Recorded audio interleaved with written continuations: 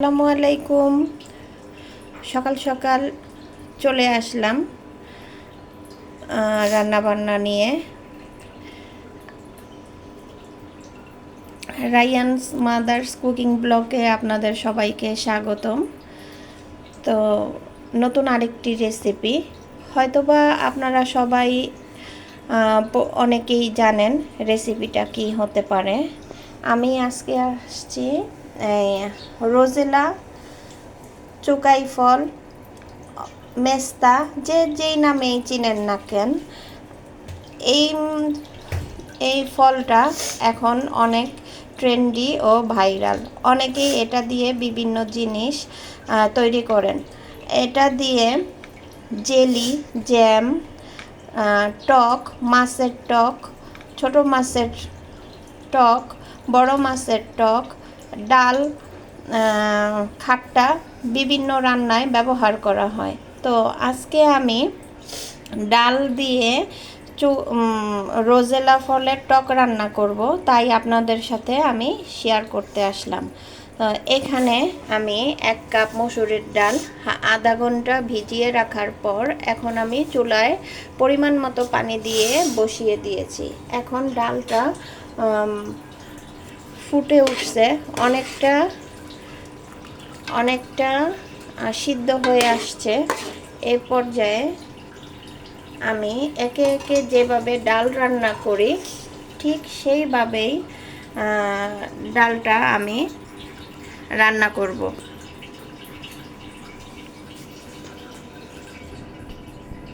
ডালের মধ্যে প্রথমে আমি পেঁয়াজ কুচি দিয়ে দিলাম,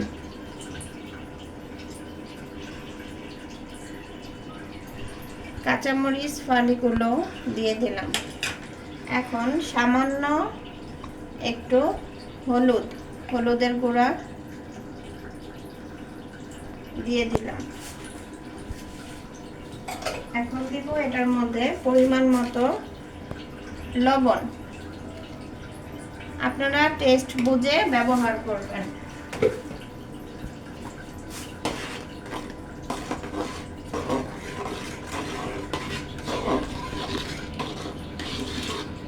ডালটা ভালোভাবে সিদ্ধ হওয়া পর্যন্ত অপেক্ষা করতে হবে।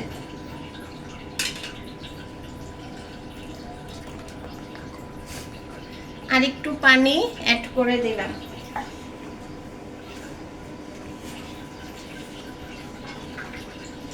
এখন আমি কিভাবে কাটা যায় সেগুলো আপনাদের সাথে শেয়ার করব।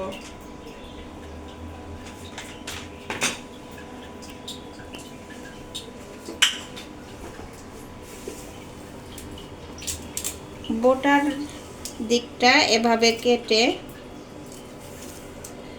আমি রোজেলার এই পাপড়িগুলো নিয়ে নেব, আর এই বীজগুলো আলাদা করে রাখবো। বীজগুলো ফেলে দিব না, বীজগুলো টক হিসেবে খাওয়া হয়। আর এই রোজেলা দিয়ে চা, জ্যাম, জেলি, বিভিন্ন মাছের টক রান্নার কাজে ব্যবহার করা হয়।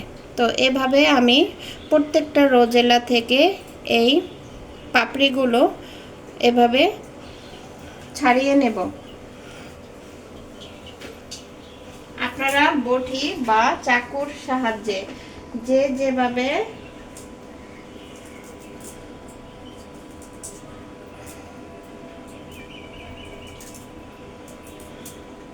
এভাবে তুলে নেব।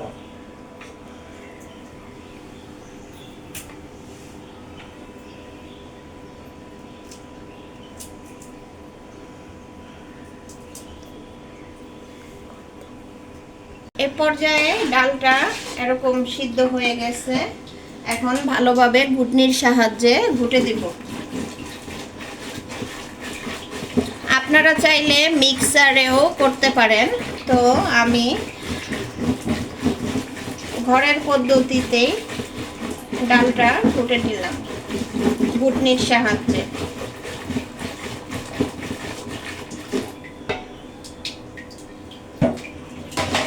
ডালটা সিদ্ধ হয়ে গেছে। এখন আমি ডালের মধ্যে সেই মেস্তা রোজেলা বা চুকাই ফলের এই পাপড়িগুলো দিয়ে দিব। দিয়ে ভালোভাবে নেড়ে কিছুক্ষণ অপেক্ষা করব টকটা বের হয়ে যাওয়া পর্যন্ত। এই পর্যায়ে আমি ডালটাকে কিভাবে বাগার দেওয়া যায় তার জন্য নিয়ে নিছি এখানে 5 ফোড়ন অল্প কিছু, এখানে 2টো শুকনো মরিচ ছিঁড়ে, এখানে রসুন কুচি 4-5 কোয়া, আর ছোট্ট একটা পেঁয়াজ কুচি। এটা দিয়ে আমি ডালটা বাগার দিব। ডালটা আরও কিছুক্ষণ জাল হওয়ার পর যখন এগুলো সিদ্ধ হয়ে যাবে তখন আমি ডালটাকে বাগার দেব।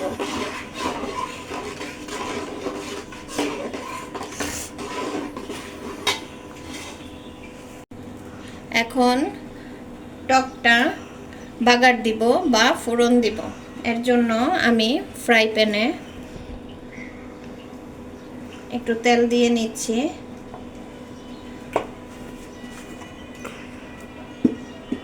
তেলটা গরম হলে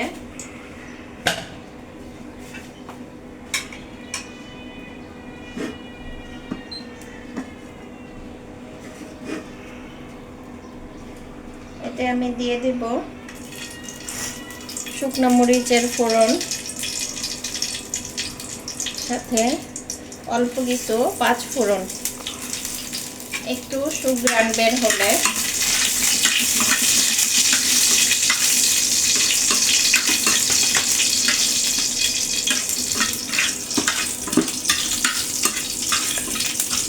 এখন দিয়ে দিব রসুন কুচি।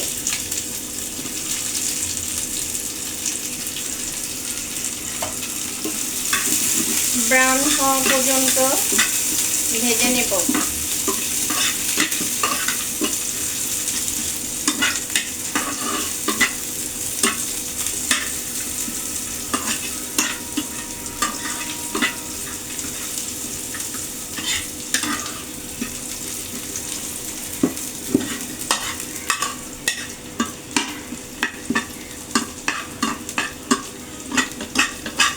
ফোড়নটা ভাজা হয়ে গিয়েছে। এখন টকের ভিতরে বাগারটা দিয়ে দেব।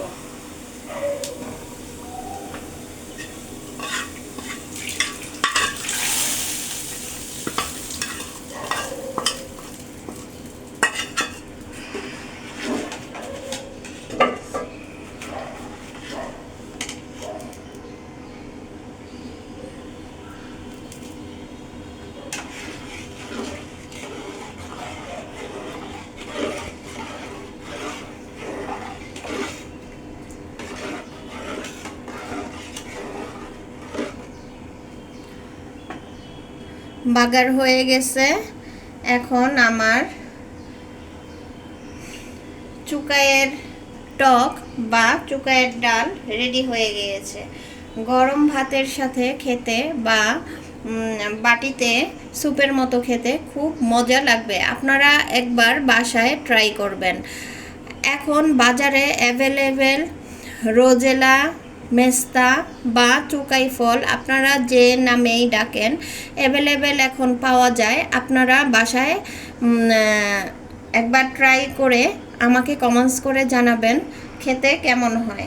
আমার তো ঘরটা বাগারের গ্রানে মমো করছে আর অসাধারণ একটা টক গ্রান বের হয়েছে। আশা করছি খেতে ভালো লাগবে। আপনারাও ট্রাই করবেন একবার। ভালো থাকবেন। আবার একটি নতুন ব্লগ নিয়ে হাজির হব। আসসালামু আলাইকুম।